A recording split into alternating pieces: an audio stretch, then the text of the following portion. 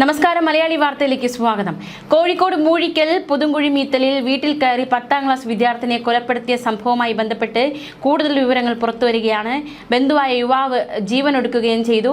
ഗൾഫിൽ ബിസിനസ്സുകാരനായ നിസാറിന്റെ മകൾ mugs international school വിദ്യാർത്ഥിനി നസ്രീനെയാണ് കൊല്ലപ്പെട്ടത്. 15 വയസ്സുകാരിയാണ് അതിക്രൂരമായി 20കാരൻ അദ്നാൻ കൊലപ്പെടുത്തിയത്. വീട്ടിന്റെ മുകൾ നിലയിലെ മുറിയിലായിരുന്നു മൃതദേഹം കണ്ടെത്തിയത്.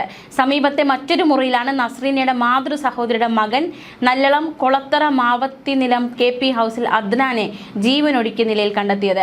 കഴുത്തിൽ തുണി മുറുക്കി ശ്വാസം മുട്ടിച്ചതാണ് നസ്രീനയുടെ മരണകാരണം. ടേപ്പ് ഉപയോഗിച്ച് മുഖം മുഴുവൻ ചുറ്റിയതിനാൽ ശ്വാസം മുട്ടിയാണ് അദ്നാന്റെ മരണം സംഭവിച്ചതെന്നും ചേവയാർ പോലീസ് പറഞ്ഞു. ഇതേ വീട്ടിലായിരുന്നു അദ്നാൻ കുറെ കാലം താമസിച്ചിരുന്നത്. അവിടെ നിന്നായിരുന്നു അദ്നാൻ പഠിച്ചുകൊണ്ടിരുന്നത്. പക്ഷേ അദ്നാന്റെ മോശം കൂട്ടുകെട്ട് മാത്രമല്ല അദ്നാന് മോഷണ ശ്രമം അത്തരത്തിൽ കുറ്റകൃത്യ വാസനയുള്ളത് കൊണ്ട് ഈ ആരോപണങ്ങൾ ഉന്നയിച്ച് ഡിസംബറിൽ അദ്നാനെ ഈ വീട്ടിൽ നിന്ന് പുറത്താക്കിയിരുന്നു. ഈ വീട്ടിൽ ഇനി നിൽക്കണ്ട എന്ന് പറഞ്ഞ് പുറത്താക്കിയതാണ്. ഈ ഒരു വൈരാഗ്യമാണ് കൊലപാതകത്തിലേക്ക് നയിച്ചതെന്നും പോലീസ് വ്യക്തമാക്കുകയുണ്ടായി. പോലീസ് ഈ സംഭവത്തെക്കുറിച്ച് പറയുന്നത് ഇപ്രകാരമാണ്. വല്യുപ്പയുടെ തറവാട്ടിലാണ് നസ്രീനയും ഉമ്മയും താമസിക്കുന്നത്. ഇന്നലെ പുലർച്ചെ 1 മണിക്കും 4:30ക്കും ഇടയിലാണ് ഈ കൊലപാതകവും അതുപോലെ തന്നെ ആത്മഹത്യയും നടന്നിരിക്കുന്നത്. മുകൾ നിലയിൽ നിന്ന് ശബ്ദം കേട്ട് വലിയുമ്മ സഫിയ ഉണർന്നു. അടുത്ത മുറിയിൽ കിടന്ന നസ്രീനയുടെ ഉമ്മ റംസീനയെ വിളിച്ചു. പക്ഷേ ഉണർന്നില്ല. തുടർന്ന് ബന്ധുക്കളെ ഫോണിൽ വിളിച്ചു വരുത്തുകയും അവരുടെ പരിശോധനയിലാണ് നസ്രീനയെ അബോധാവസ്ഥയിൽ കണ്ടെത്തുകയും ചെയ്തത്. പാക്കിംഗ് ടേപ്പ് കൊണ്ട് കൈകാലുകൾ കെട്ടിയ നിലയിലായിരുന്നു അസ്രീന കിടന്നത്. മറ്റൊരു മുറിയിലാകട്ടെ അദ്നാനെയും കണ്ടെത്തി. ഉടൻ തന്നെ അദ്നാനെ ആ മുറിയിൽ പൂട്ടിയിട്ട് ശേഷം വിവരം പോലീസിനെ അറിയിക്കുകയായിരുന്നു. നസ്രീനെ ഗവൺമെന്റ് മെഡിക്കൽ കോളേജ് ആശുപത്രിയിൽ എത്തിച്ചെങ്കിലും മരണം സംഭവിച്ചു. പോലീസ് വീട്ടിലെത്തി യുവാവിന്റെ മുറി തുറക്കാൻ ശ്രമിച്ചെങ്കിലും ഉള്ളിൽ നിന്ന് പൂട്ടിയ നിലയിലായിരുന്നു മുറി. പിന്നാലെ വാതിൽ പൊളിച്ച് അകത്ത് കയറി. അപ്പോൾ കട്ടിലിനടിയിൽ അദ്നാൻ അബോധാവസ്ഥയിൽ കിടക്കുന്ന കാഴ്ചയാണ് കാണുവാൻ സാധിച്ചത്. ഗവൺമെന്റ് മെഡിക്കൽ കോളേജിൽ ആശുപത്രിയിൽ എത്തിച്ചെങ്കിലും അദ്നാനെ രക്ഷിക്കാൻ സാധിച്ചില്ല. വീട്ടിൽ തിങ്കളാഴ്ച വൈകിട്ട് ബന്ധുക്കൾ വിരുന്നിനെത്തി. പക്ഷേ ആ കൂട്ടത്തിൽ അദ്നാനില്ലായിരുന്നു. പോസ്റ്റ്മോർട്ടത്തിന് ശേഷം അദ്നാന്റെ മൃതദേഹം ബന്ധുക്കൾക്ക് വിട്ടുകൊടുത്തു. നസ്രീന്റെ മൃതദേഹം മെഡിക്കൽ കോളേജ് ആശുപത്രി മോർച്ചറിയിലായിരുന്നു.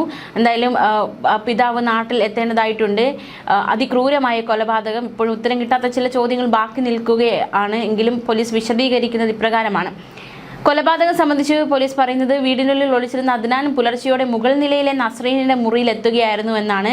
അതിനുശേഷം ഈ വീട്ടിൽ നിന്ന് വളർന്ന വ്യക്തി അല്ലെങ്കിൽ നിന്ന് പഠിച്ച വ്യക്തിയാണ്. അതുകൊണ്ട് തന്നെ ആ വീടിനെ പറ്റി ഏതാണ്ട് എല്ലാ ധാരണയും അദ്നാനുണ്ട്.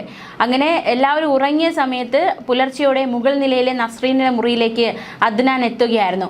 വസ്ത്രം കൊണ്ട് മുഖം അമർത്തി പിടിച്ച ശേഷം ടേപ്പ് കൊണ്ട് കൈയും കാലും കൂട്ടി ബന്ധിച്ചതായിരിക്കാം എന്നാണ് പോലീസ് നിഗമനം. തുടർന്ന് കഴുത്തിൽ മറ്റൊരു തുണി ഉപയോഗിച്ച് മുറുക്കുകയായിരുന്നു. നസ്രീനെ ശ്വാസം മുട്ടി മരിച്ചതാണെന്നാണ് പ്രാഥമികമായിട്ടുള്ള പോസ്റ്റ്മോർട്ടം റിപ്പോർട്ടിൽ നിന്ന് വ്യക്തമാകാൻ സാധിക്കുന്നത്. രക്ഷപ്പെടുന്നതിനാകാം അദ്നാൻ മുകൾ നിലയിൽ നിന്നിറങ്ങി മുത്തശ്ശിയുടെ മുറിയിലേക്ക് പോയത്. എന്തായാലും ആ ഒരു അത്തരത്തിൽ അദ്നാനെ മറ്റൊരു മുറിയിൽ കണ്ടെത്തിയതോടെയാണ് ഇവർ പൂട്ടിയിട്ടിട്ട് പോയത്. എന്തായാലും മോഷണം നടന്നു എന്നതിന് യാതൊരു തെളിവുമില്ല. പക്ഷേ കൊലപാതകം അത് ഒരു വ്യക്തി വൈരാഗ്യമായിരിക്കാം എന്നാണ് മനസ്സിലാക്കാൻ സാധിക്കുന്നത്. കൊലപാതകം നടന്നു, മോഷണ ശ്രമമൊന്നും അവിടെ ഉണ്ടായിട്ടില്ല. അതുകൊണ്ട് തന്നെ അദ്നാന്റെ ഉദ്ദേശം മോഷണമായിരുന്നില്ല എന്നാണ് മനസ്സിലാക്കാൻ സാധിക്കുന്നത്.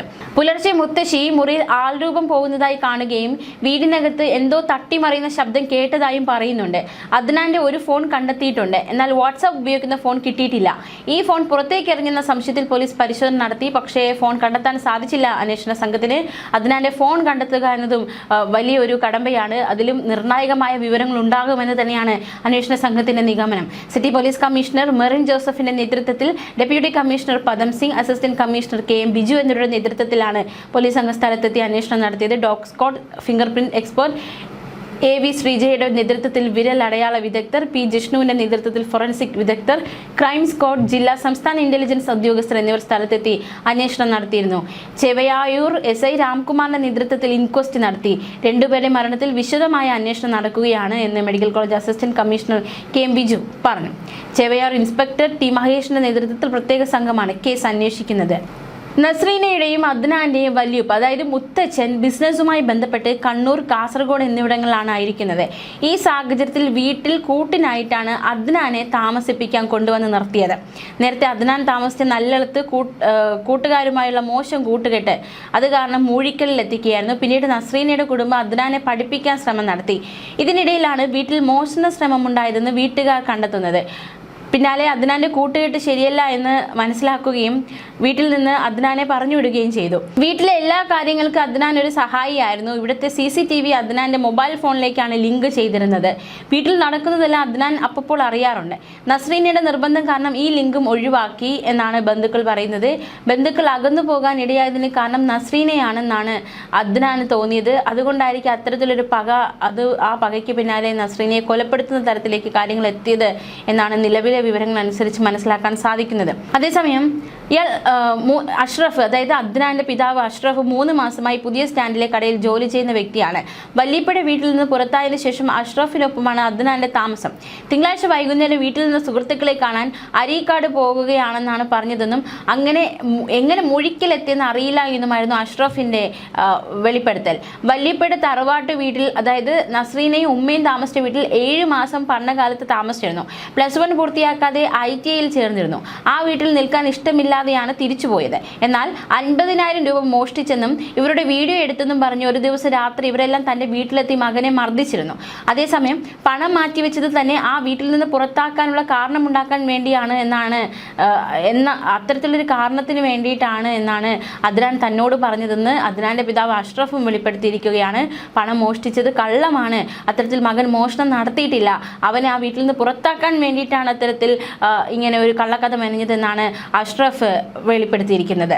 മാത്രമല്ല, തിങ്കളാഴ്ച വൈകുന്നേരം പുതങ്കുഴി മീത്തൽ വീട്ടിൽ നസ്രീനയുടെ ബന്ധുക്കൾ ഒത്തുകൂടിയിരുന്നു. പുറത്ത് മേശയിട്ടാണ് ഭക്ഷണം കഴിച്ചത്. അർദ്ധരാത്രിയോടെ എല്ലാവരും പിരിഞ്ഞു പോവുകയും ചെയ്തു. എന്നാൽ വീട്ടിൽ മുത്തശ്ശി മകൾ റംസീനയും നസ്രീനയുടെ സഹോദരങ്ങളായ നിസാമും നൈമയും മാത്രമാണ് ഉണ്ടായിരുന്നത്.